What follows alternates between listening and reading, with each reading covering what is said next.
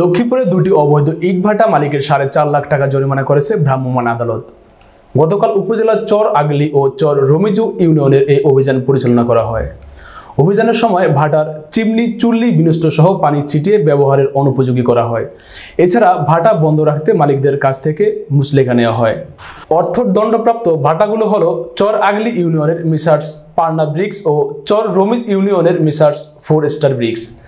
এর মধ্যে পান্না ব্রিক্স মালিক মোহাম্মদ আলীকে 2 লাখ ও 4 স্টার ব্রিক্স মালিক আবু তাহেরকে 2,50,000 টাকা জরিমানা করা হয়।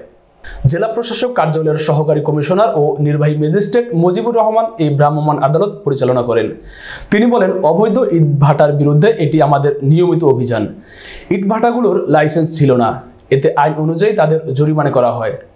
ভাটা বন্ধ রাখবে বলে মালিকদের কাছ থেকে মুচলেখা নেওয়া হয়েছে।